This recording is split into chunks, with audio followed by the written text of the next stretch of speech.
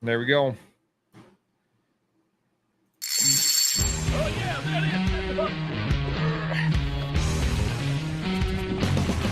This is Between Hooksets. I'm Chasen Walter from In Through the Outdoors with my partner in slime, Curt Underhill from the fishing crew. What's going on, buddy? Technical issues. Technical issues. Oh, well. Yeah, it'll happen, but yeah, so we have a few issues. We're starting a couple minutes late. So with that, I mean, we usually kind of shoot the crap a little bit, but we're going to jump right into this so we can get our guest on. So tonight we got the NWT Pro, Dusty Minke. How we doing tonight, Dusty? Doing good. Thanks for having me. No problem, man. Great to have you. You looks like you are out on the boat right now, hanging out. You got your boat hat on. Little different boat than you're used to, but yeah, cruiser boat. There's no trolling motor. There's no active target on this one. No active target on this one. So dare I say just bikinis? There might be. We'll keep. I know they said we'd get the most views if. Well, who knows? Maybe they'll come in. If you want to bump that, they're listening right now. So yeah, we'll take the views any way we can get them. So I love it. Dusty, you're not. I mean, for everybody in the walleye country, you're a pretty well-known name. You've been around this a long time. So let's, for people that know the name but maybe not know the guy, who is Dusty Minke? Where does he come from, and how did he get started in this industry? Yeah, that's a good question. I'm born and raised Forest Lake, Minnesota. I grew up in the northern suburbs of the Twin Cities, and I kind of, cut my teeth fishing Lake Mille Lacs. And you guys, we were talking a little earlier about where I got my start, and it was definitely Lake Mille Lacs. And then you start venturing more into the lakes of Minnesota, and actually I fished quite a bit as a young man on the St. Croix River. And then later in life, the Mississippi. So St. Croix River, Mille Lacs. And then I did my first Pro-Am event in the PWT when I was 18 right here on Leech Lake. I think I was fishing within 2 miles from where I'm sitting on the boat here. And I had 3 different pros, and don't get me wrong, I had a blast, but I also was at the same time at a young age, I was like, I can be the pro. So it was a dream of mine since I was 12 years old, and I fished a Pro-Am here on Leech. And eventually, I was a fishing guide on Lake of the Woods up in the Northwest Angle at Sunset Lodge for 3 summers. Still to this day, probably the funnest job of my life. Just got paid to take people fishing. And granted, on your off days, I was cutting grass and chinking log cabins and running bait and food and cool stuff like that. But I wouldn't change a thing. So that's kind of how I got my start here in northern Minnesota. And a full circle story. Like, I went to college at Bemidji State, and I remember calling my parents. I worked for Northland Fishing Tackle, and they had me down stocking the shelves at Reed's in Walker, Minnesota. And I called them and I said, you know what, I'm going to live here someday. And that's where I live right now. And I'm here on the water right now with my friends on the boat, and it's pretty awesome. Yeah, we already have a question, and I'm guessing this might be somebody upstairs. One of my sponsors. So full circle, you're living up in Walker, doing this. People think you probably do it full time, but the true Dusty Minke has a day job, and there's a lot more to it than people would one guess. As you think you're these guys that have the wrap boats and do this, just get a fish all the time, and there's not many guys that do that. There's not many guys that just go fish full time. So you have a day job, but you have the luxury to be out fishing these tournaments. So for somebody that's thinking about doing this, like, how do you go about getting to, you've been on the tour FLWs. What has it been? 15, 20 years you've been doing this? I fished the FLW tour starting in like around 2010, and then the National Walleye Tour took over in 2013, and I've fished every event since the National Walleye Tour came out, which I think there's only a handful of us that have done that. So, but yeah, no, it's not easy. And I remember back in the day, you know, I just wanted to do that. And, you know, if I have any advice, like there's only a handful of guys that still do it now. I've been lucky. I found a cool job. You know, I got to follow the footsteps of Chris Gilman. He's one of my bosses now. And it gets to, you know, as long as you do your work and do it good, and you know, they've allowed me to do this. So that's pretty awesome. But otherwise, you know, there's not many guys who do it. So like I said, if I have any advice, it's like, get a good job that allows you the time, or the boss. You know, a lot of my work too is taking customers fishing. Like I took a good customer fishing last week. I'm going to take another customer fishing here on Friday. You mix that into the schedule, and you can grow some great relationships, and just find a cool job or be your own boss. And you can do this. Well, even some of these guys that quote unquote do it full time have their own businesses or side gigs. I mean, there's very few that make a living cashing checks on the National Walleye Trail. Yeah, that's true. It's like I said, it's only a handful of guys. So you get out there, you do this. I mean, obviously you have some great sponsors. You've had some long-term sponsors, and you know, that's a whole nother job in itself, taking care of your sponsors and keeping longevity of sponsors. Yeah. And my sponsors know that I'm not going to be on the social media as much as other guys are. I've got a day job, you know, like it wouldn't look good if I'm on social media all day. Like, you know, I've got manufacturers to represent and, you know, things to sell in a day job. So they understand when they sign up with me that they've got the rights to, you know, to work with me and make things happen that way. But, you know, other guys can promote themselves, and it's crazy because I've been here through the times of back when it was magazines and radio shows and TV shows, and now we're into social media, and it's crazy. Instagram, like I was checking out at a local dealer last night, and this kid's like, I seen this on Instagram, and I'm like, yeah, that's what it is. That's where we're at. It's super cool. And you know, I'm very lucky too to be a part of Tour Level Gold now. So I've gotten to see like all aspects of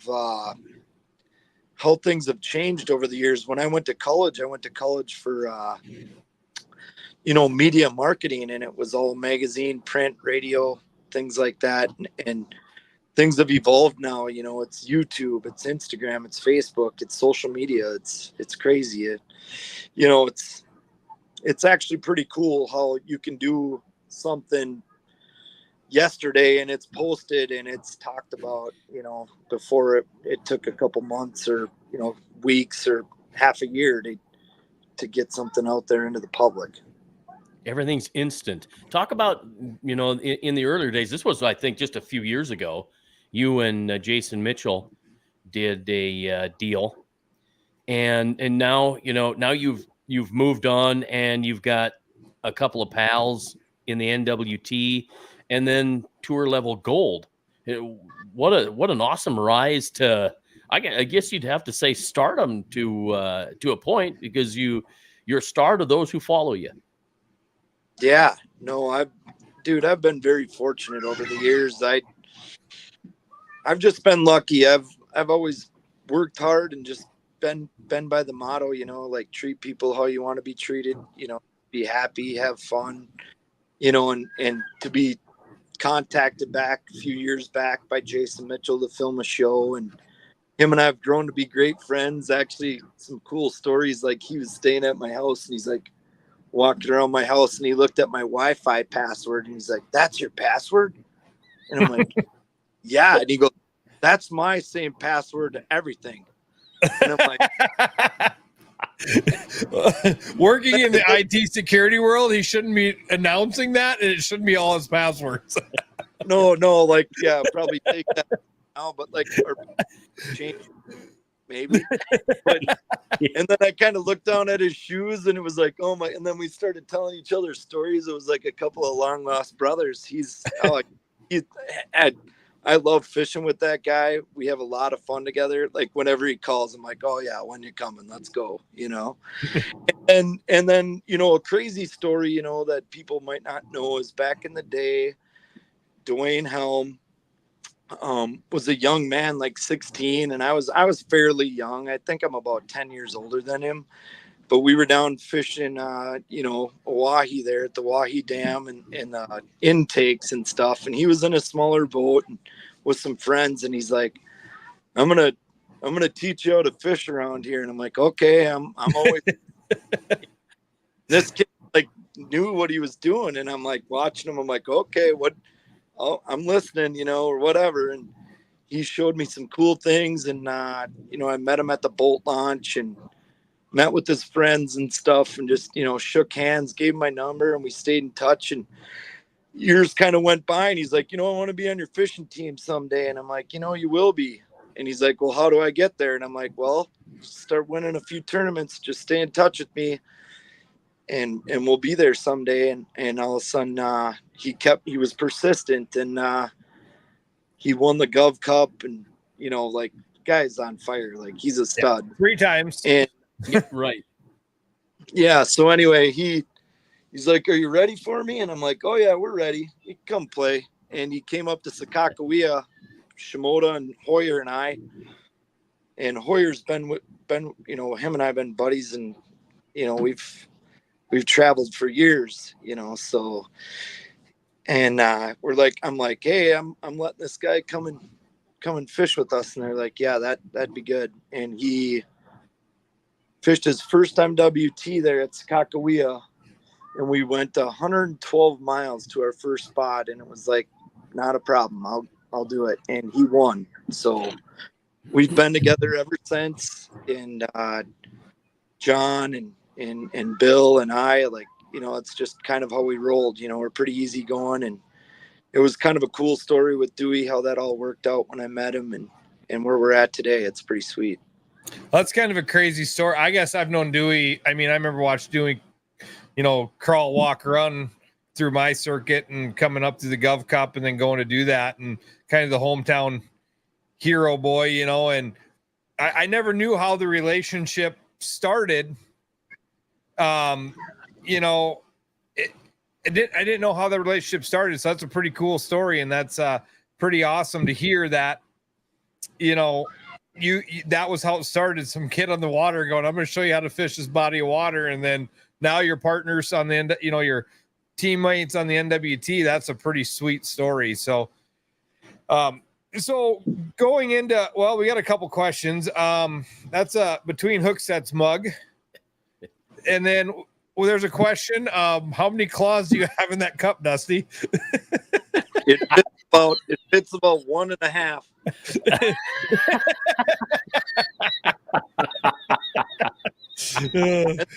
There's a little bit of leftover water. I'm trying to stay hydrated. Yeah, you gotta hydrate while you dehydrate. Yeah.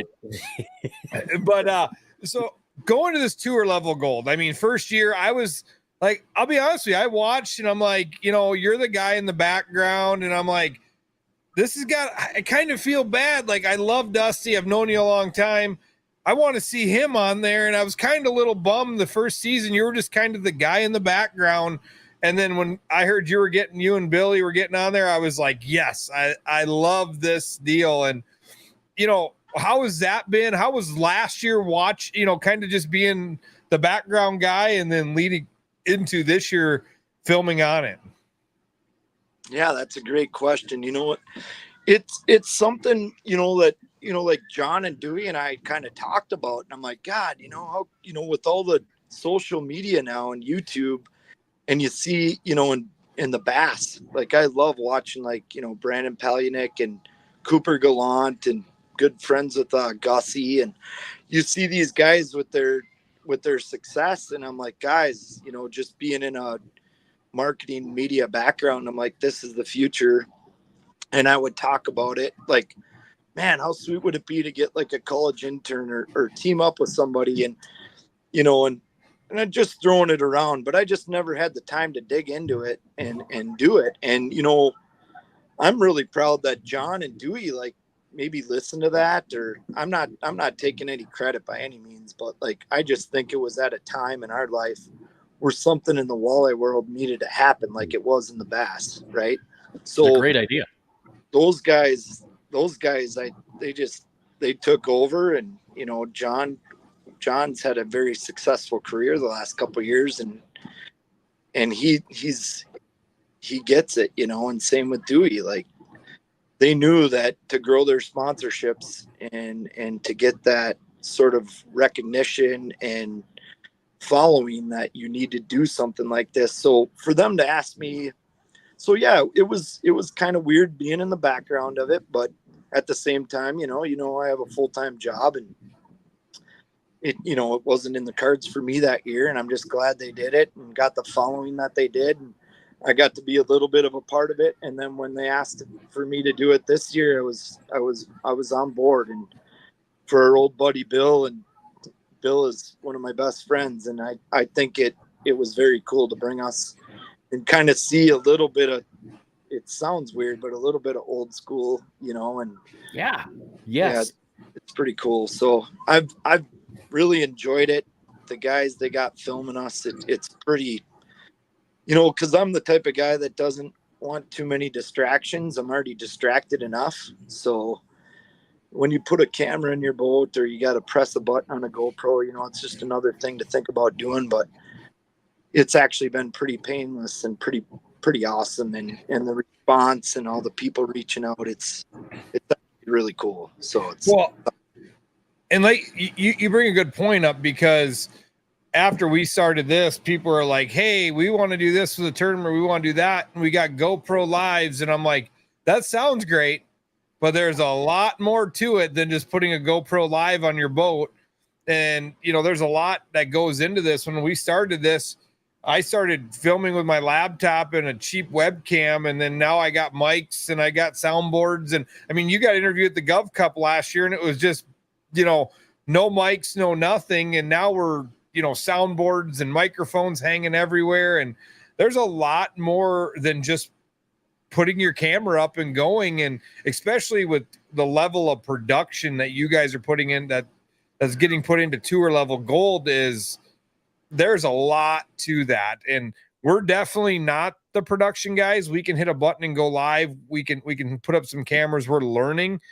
Chasen's really doing a great job learning the production side of things, but yeah, it's not, I mean, I'm sure it's not get done with your day fishing, get your boat ready, kick back, and then get up next morning, put your boat in. There's way more to a prep day than that. Yep. Don't you think you got someone hanging around you all the time? It's just, there's a camera in your face constantly. I mean, it's like, can you go to the bathroom without some following you into the bathroom? Yeah, it's a little extra pressure, but when these guys have made it easy. They get it. Logan and Adam and the guys with more media, they just get it. They get the stuff with hardly even doing it. So that's been a huge deal, because if there's somebody asking me too many questions or kind of like just making different decisions, like I've had camera guys in my boat that have drove me bonkers. Like one guy's answering the phone talking about his whatever he's got going on, or is talking to his wife, or how long are you going to stay in this spot? Like that's the last thing you want in your mind. Like you've got enough decisions in the day to make, and they've made it pretty easy. Actually, people have reached out to me like, why isn't this show an hour long? Why isn't it 2 hours long? Why isn't it weekly? They want more. It's pretty cool. Well, and it's a different take, right? I mean, that's what I like so much about it is, no offense to the NWT or MWC, but I mean, we've seen that show over and over and over and over again. You get a couple footage of this, you get a couple footage of that, but you don't see the cooking going on at night, the sitting down at the table looking at a map, the rigging in a boat. You don't see any of that. And watching it gets, after you watch 10 of them, you're like, okay, I know what's going to happen next. You know, and with tour level gold, you don't know. Yeah, it's people don't understand, you know. I think it's been an eye opener for a lot of people, even like girlfriends and wives and your bosses or anything. They just think you're going fishing and having fun, but it's dark to dark. You know, it's a lot of work. People don't understand. It's grueling. It's hard on your body. It's you know, there's a lot going on in your mind. It really is a cool thing that this has come out, and it shows you that, you know, there's a lot more going into it than what you think.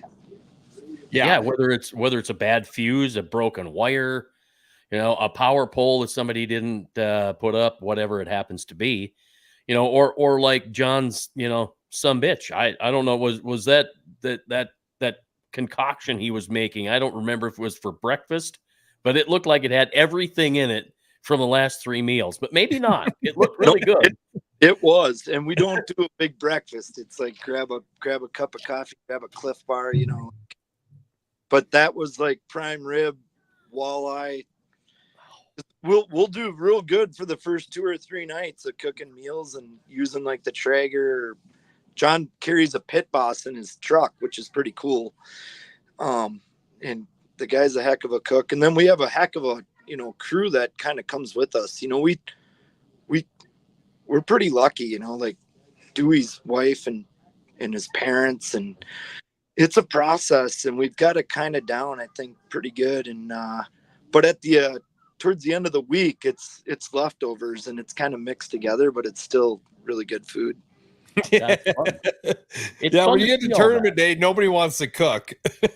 Yeah, right. There's barely any time, and you're rigging your boat. And you know, and you know, like the one tour level gold, like you're sitting there and you had a problem in your boat, and you know, you're up there, or somebody had a problem in the boat and you're working on it. And that's what people don't see. You know, they think you go out and you just fish and you come back, and it's an eye-opening experience for anybody. Like you know, running tournaments for 16 years, you talk to people that don't fish them, and they're like, oh, these guys just go out there and fish and, you know, fish and, you know, whatever. And I'm like, no, it's not that. They're not out partying at night. I mean, don't get me wrong, there's guys that do that, but for the most part, the serious hardcore anglers, they're up early, they're up late, and it's not a vacation for anybody.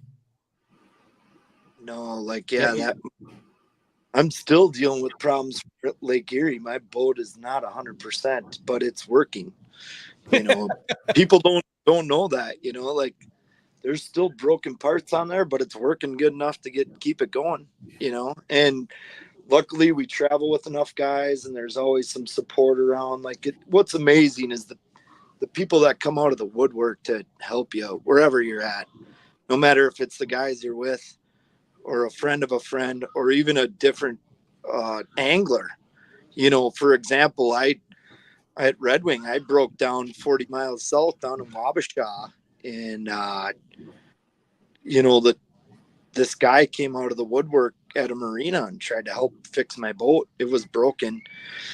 And finally I said, hey, I got enough time on my kicker to maybe make it to the head of the lake and get to someone. And, you know, I was lucky. I went 6 miles on my kicker and made it. And, you know, Bob Brugiger, a fellow angler, you know, we waved him down, and he's like, no problem. I'll take your co and the fish and go 34 miles north and get you weighed in, man, through a lock and dam. Like it's pretty amazing, you know, how many people are out there. And, you know, I'd do the same for any other guy.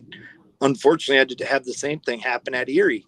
Corey Heiser had to take my fish in. My boat broke. It didn't break down, but it electrically, it broke down like 13 different times to where I couldn't stay where Dewey and John were, where I had to go kind of reconfigure my game plan and go hide behind the islands out of the wind because my motor wouldn't run in the waves.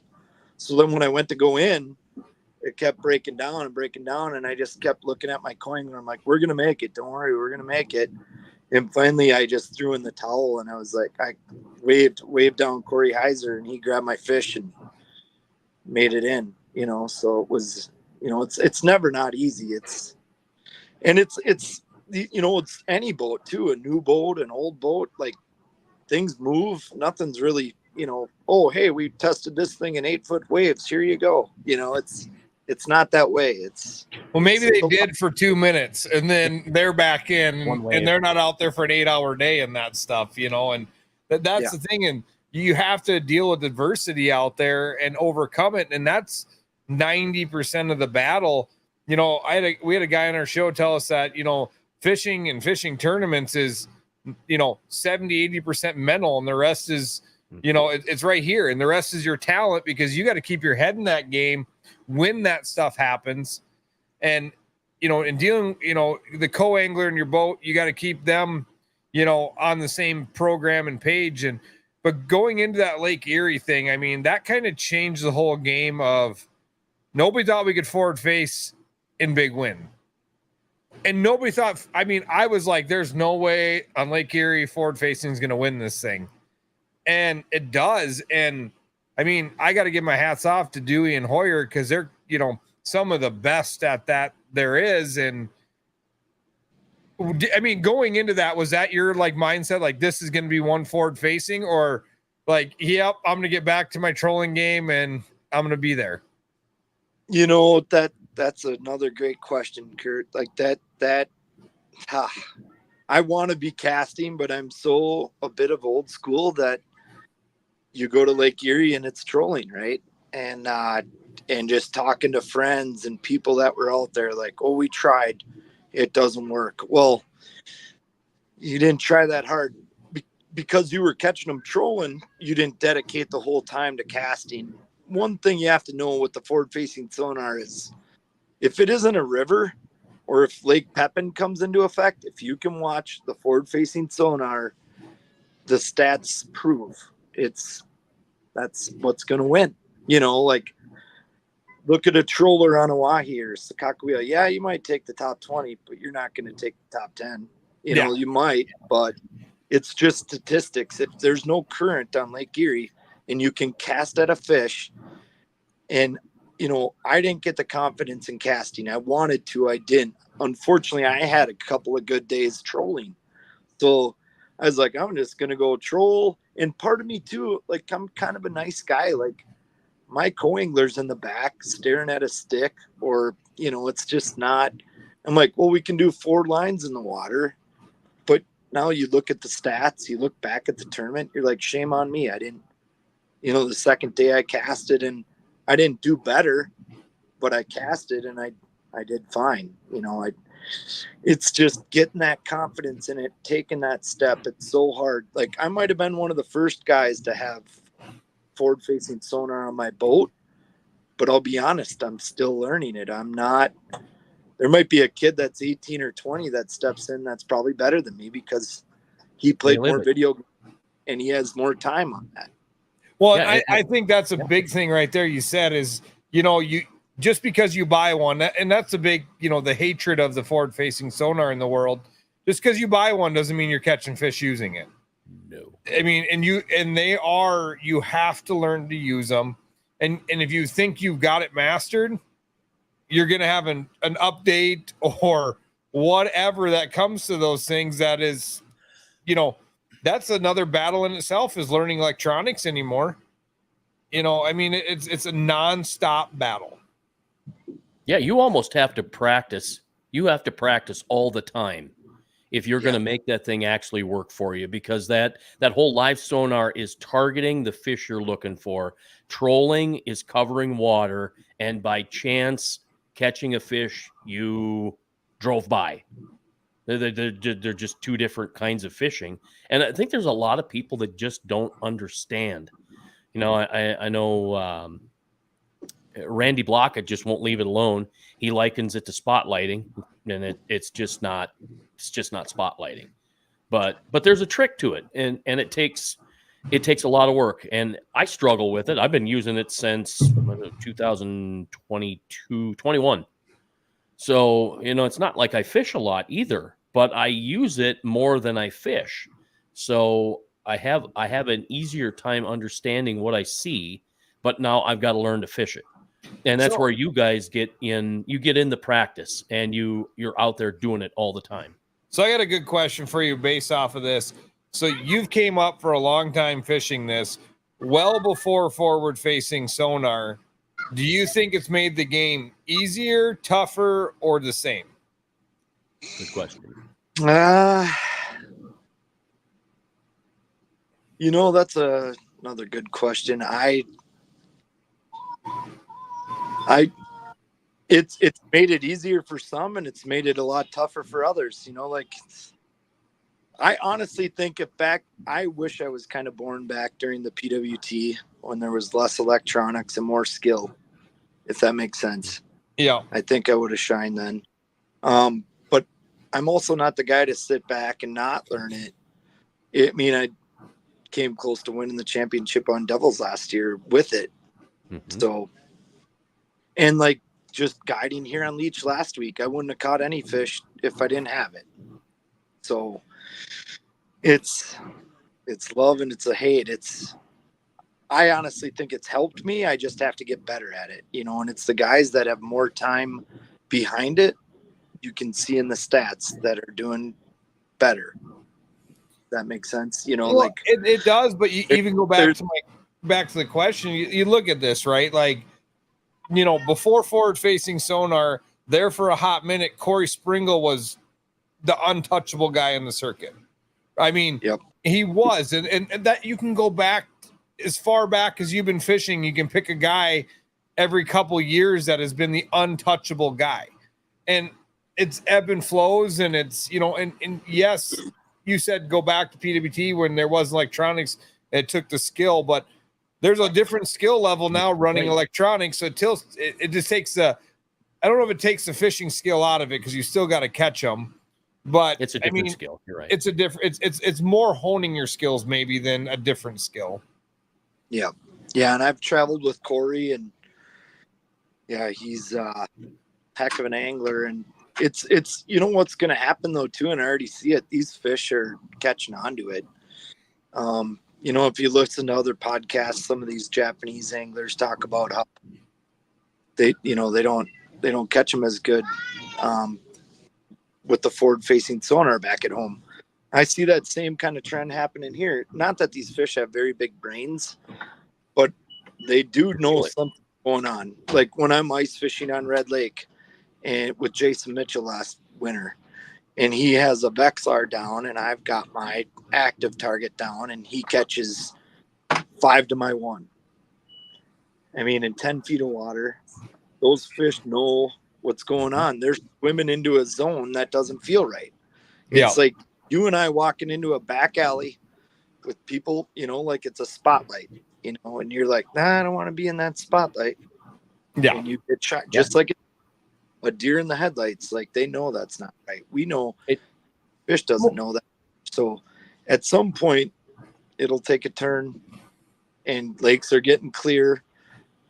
Fish are getting harder to catch. It's going to change. Well, we see that too, right? Let's just pick on Berkeley flicker shads. When they first came out, they were the hottest thing, right? And then all of a sudden they still are a good bait, but they're not like what they were. Maybe people aren't focused on them as much. Or jigging wraps were the hottest thing ever on Lake Oahe. Now people are like, I can't give them a bite on a jigging wrap. I'm going to throw a spoon. I'm going to throw, I'm throwing plastic, So I think you're right with these fish. They get used to something, and you got to trick them. That's the whole goal, is out there tricking something with a brain this big every time we're on the water. Yep, exactly. Yeah, it's the cool thing about fishing is it's always evolving, and it's fun. People think technology is going to get banned. It's not. No, it has been. It's not going to happen. You got to get good at it. You got to use it to your advantage. I'm glad in the time where I grew up, where guys showed me how to line up a point with a pine tree Yeah. Right. That's where I guided, right? And, you know, the wind blows in here, there's current moving through here, you know, that's pretty cool. You know, you see some of these young guys that are hot shots with this stuff right now, you know, like I'd like to see how it goes in 5-10 years when maybe some older knowledge might have to come back into play. Yeah, I mean, and I think that's just it. And you know, you still see these guys, you know, get beat. You know, I mean, let's just pick on Red Wing. You got some of the best guys in the circuit that know forward facing. You get to Red Wing, and that doesn't, you know, that didn't play well there. You know, I mean, it just didn't. And I mean, not saying the guys that won it weren't using it, but it wasn't the main guys in the circuit that know it, that we know for knowing it. Yeah, exactly. I think first and second were definitely river rats that were not using it. You know, they were in the river and they showed it on Tour Level Gold. Bill and I started up in Pool 3. We didn't have it turned on. You know, and John and Dewey and you know, Hunter and Max and everybody else went down into the lake. And honestly, like I didn't get the confidence in it because on the river you're throwing at sheephead, carp, walleyes. Like my brain just gets scattered when you're that many different fish and you're like, oh, that's a walleye, you know, like I'm the type of guy like, oh, I'm throwing at that, I'm throwing at this. But like literally last week here on Leech, it finally clicked in my brain. I'm like, that's a smallmouth, I'm not casting at it. Or like I just got done fishing Graha in Grand Rapids, which that lake is chock full of huge smallmouth. And I told my partner, I'm like, don't cast. Those are smallmouth, you know. And so it's those guys that are separating the fish, you know, like a Tom Wynn, and they go through 100 fish and be like, okay, let's cast at that one. You know, it's like, boom. That's the type of confidence you have to get with your forward-facing sonar. You know, I'm still learning. I'm still at the level where I want to cast at everything that's out there. You know, so it's a big learning curve, and yeah, it's cool to see Red Wing and how that kind of shook out. Like I hopefully see, you know, like that might be going forward with anything, or even what I'm seeing here in northern Minnesota. I fished a tournament last fall where two great minnow riggers won the tournament. When typically on a lake, forward-facing sonar would dominate. These guys did not have it turned on, and they won. So that was super cool to me, and I'm like, I kind of see it turning a bit, you know, or the fish kind of feeling the flash, if that makes sense.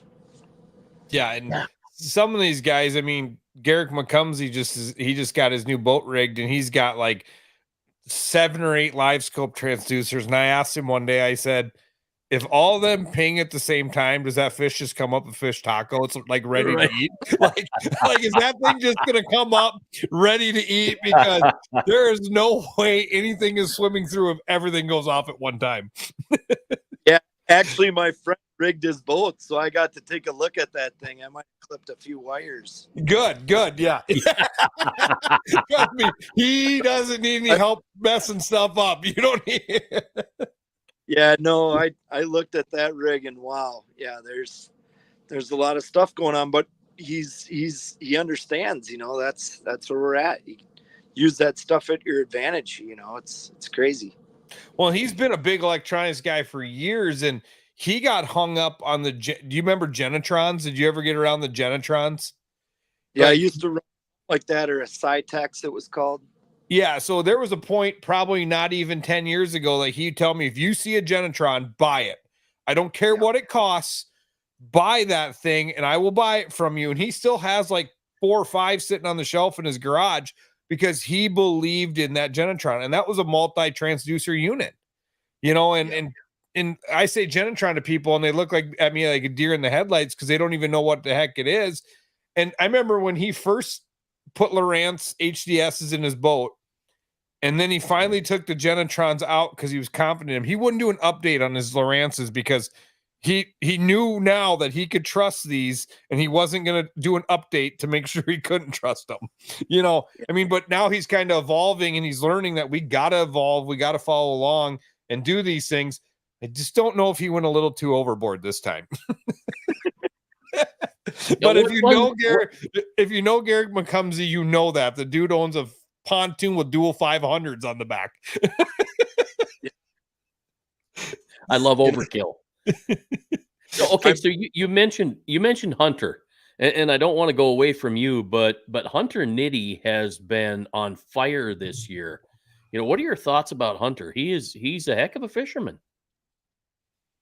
Oh yeah, he's good, and I mean, if you live in Minnesota here, he's come up the ranks and done very well, here in Minnesota. So, his rookie year, I think he did pretty good in the NWT, but I think he really buttoned down and focused this year and made it a goal. And you see his potential, and yeah, he's showing it. He's nobody to mess around with, and he's very confident with his electronics, and he's very skilled, and he travels with a good team, so he's pretty good. Yeah, so, and same with like Will Pappenfuss, like right. That's another kid. I'm around up here in northern Minnesota, and that guy's pretty dialed. And like I don't want to leave anybody out of the like Eric McQuaid, and you just look at these young guys that are shining, man. They're using their electronics, and they're getting it. It's fun to see. It really is. It's fun to see some new faces, and you're for me, you're a relatively new face, but you've been out there for a while. What's next for you? You tour level gold, National Walleye Tour. Anything else out there besides those things, or are you just concentrating and being focused? Yeah, I just want to get better with my electronics. I have goals. I want to, get an AOI. I want to win it. I haven't won an event. I've come close in an NWT. So yeah, I don't see myself going full time. So I still want to be a good, employee, a good sales rep here in the sports fishing industry. But yeah, I've got some goals to make, but I've got to make improvements too on, on my electronics, and just getting really confident in it. Because me being a little bit old school, I'm still a little comfortable sometimes at maybe trolling or doing things the old way, and I got to take a little bit more of a chance and just trust the electronics. And I'm really looking forward to Sakakawea. Like, that's one of my favorite places to fish, and hopefully we'll get the jig and plastics on there, and it'll be a lot of fun. So they say in tour level gold, they say that you're a little conservative to maybe a fault. So are you going to try to blow it up on Sakakawea? Yeah, I think there, and if I can get to that championship, like I always like championships because there's no pressure. I think you've seen it on Devil's Lake or different championships where I kind of shine, because in the regular season, you can kind of get caught up on weighing a limit or just being good to get there. And honestly, with these tournaments, you just got to go all out every time almost, even to be an angler of the year. So yeah, I just, back in the day, there was points, there wasn't these electronics, that's kind of how I got trained. You just got your limit, you know what I mean? Like finishing the money. I do like to be consistent. Don't get me wrong. And that won't change, but yeah, I just got to maybe let myself go here one of these times and get it on. And I've talked to a lot of anglers that have fished my stuff, and prime example, Chris Haynes, bridesmaid, second, thirds, fourth, always right there. Kind of reminds me of you're always right there. But like I told him, I said, when it happens, everything is going to click. That moment's going to happen. It's not, I mean, you might have the shittiest pre-fish ever, but the day of the tournament, nothing goes wrong. And that's what happens. I've watched it so many times sitting on my side, and guys like you that are always knocking on that door, that moment will come. And that'll be that event where you're like, I didn't even have to think, man. Like it just went, and not saying you're not going to have your fumbles through the day, but literally the guys are like, I didn't have to think. It just happened. So, I mean, I can't wait to continue. I mean, one of my favorite anglers on the circuit, when Chasen said we're getting Dusty, he goes, what do you think of Dusty? I said, absolutely. Let's get Dusty Minke on. And hands down, honestly, one of the nicest guys I've ever met on the circuit. You take your time to talk to anyone, and it's a great, you're truly the representation of a pro angler in my eyes, and like you said, you made the comment earlier, like forward facing, I'm worried about my pro in the back or my co in the back looking at his stick. There's guys out there that don't care, they're just out there to catch fish. And that's truly what not winning all the time makes you a pro angler. I mean, it's truly who you are as a human being. And I got to say, hands down, without a doubt, that's who Dusty Minke is that I've seen. So I appreciate who you are. Keep being who you are, man. That is awesome. Well, thank you.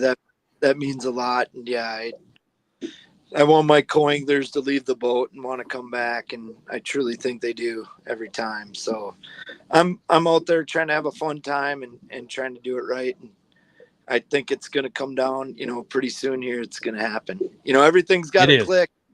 And I've done well on 1 day tournaments, man. It's these 2 and 3 day tournaments. You got to do it every day, and it's not easy, but one of these times it's going to click here. I know it's coming.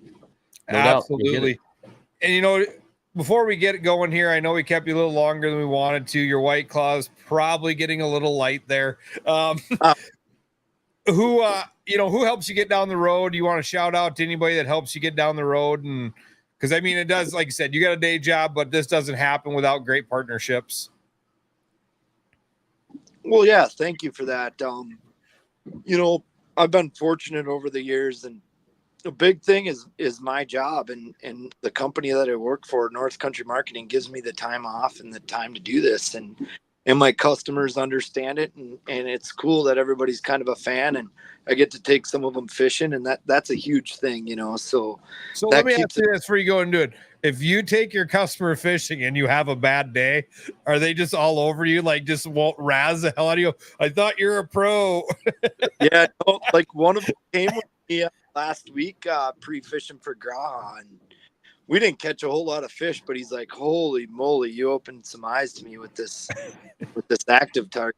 Like, this is really cool. So he got to see hundreds of walleyes. They just weren't biting, So it's more of like an experience and kind of see like how it goes, than from a regular day of fishing. But no, I've been really fortunate, and over the years with really cool sponsors, and like this year, I've had a lot of big help with Dakota Lithium, North Edge Exteriors, Northland Fishing Tackle, and then Elliott and 2B Fishing Rods, Wave Pro. Everybody there, everybody's been pretty awesome. And like I said, I have a day job, so these sponsors know that I'm not out there every day on social media, pumping the wheels up, but they know that I'm using their stuff, and it's pretty cool. Awesome. Fantastic. Dustin, thank you. It's been great to have you. Thanks for taking the time out. You've got co-anglers topside that need you. Actually, they're up there yelling. Can you hear them? They're all screaming. That's right. I kind of got the feeling like, okay, you know what? They've been quiet for a while, but now it's time to partay. It is the night before the 4th of July. So thank you very much. Appreciate the time. Well, thanks, you guys. Take care. Thank you. Yeah, we appreciate it, Dusty. Thank you. Thank you. Yep. Bye-bye. All right, Curt, we've got a little bit of business to take care of real quick there before we go. I know you've got hats. These are pretty awesome hats. Oh yeah, big shout out to Shields for the new. You just debuted the sneak peek of the 50th Gov Cup hat. Oh, was I supposed to not do that? Yeah, that's fine, man. It's awesome. I can't wait to get them out there.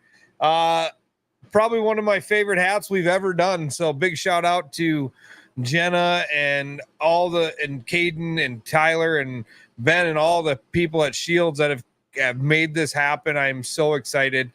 50th Gov Cup. I can't wait, man. Yeah, it's going to be a ton of fun. I can't wait until Not next Thursday, but the next Thursday. We get this thing rolling. So next Thursday, the 18th, you guys can find tickets on thefishingcrew.com. They might be up now, or they might be up tomorrow or by the end of the week. But the pre-party, 50th Gov Cup party, limited tickets for sale. No money's going in our pocket. All proceeds, all the food has been donated. All the food been donated, the building, everything. So all proceeds are going to go help fund kids fishing, help us put on kids fishing events in the future, help be able to sponsor some kids fishing activities. Can't wait for that. Lieutenant Governor's Cup, man, first ever. Travis Stout with Chalk Signs has went above and beyond. So that's also be up there on the website to sign up. The first ever Lieutenant Governor's Cup kids fishing tournament, Saturday of the Gov Cup, starting at 9 in the morning. Fish from 9 to 1. We're going to weigh them across the Gov Cup stage. And there's going to be a hot dog feed provided by the Boathouse. The grand prize winner is going to win a fully loaded fishing kayak, awesome, donated by Central Dakota Eye Care.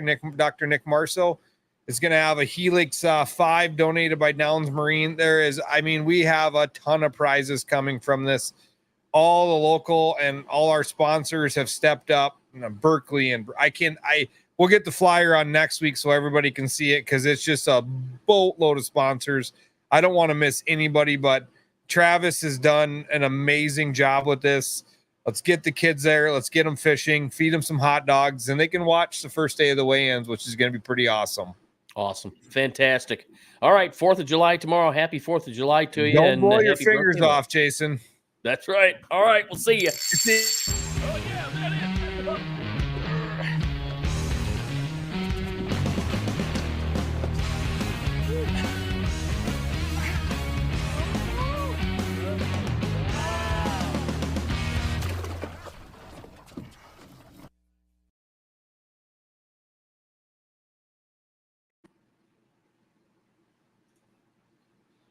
Oh, holy crap. We had good views, good comments. Good. Yeah. Oh, it was okay. Did you get logged out? Because it says I'm logged out and I can't do anything. Oh, hold on.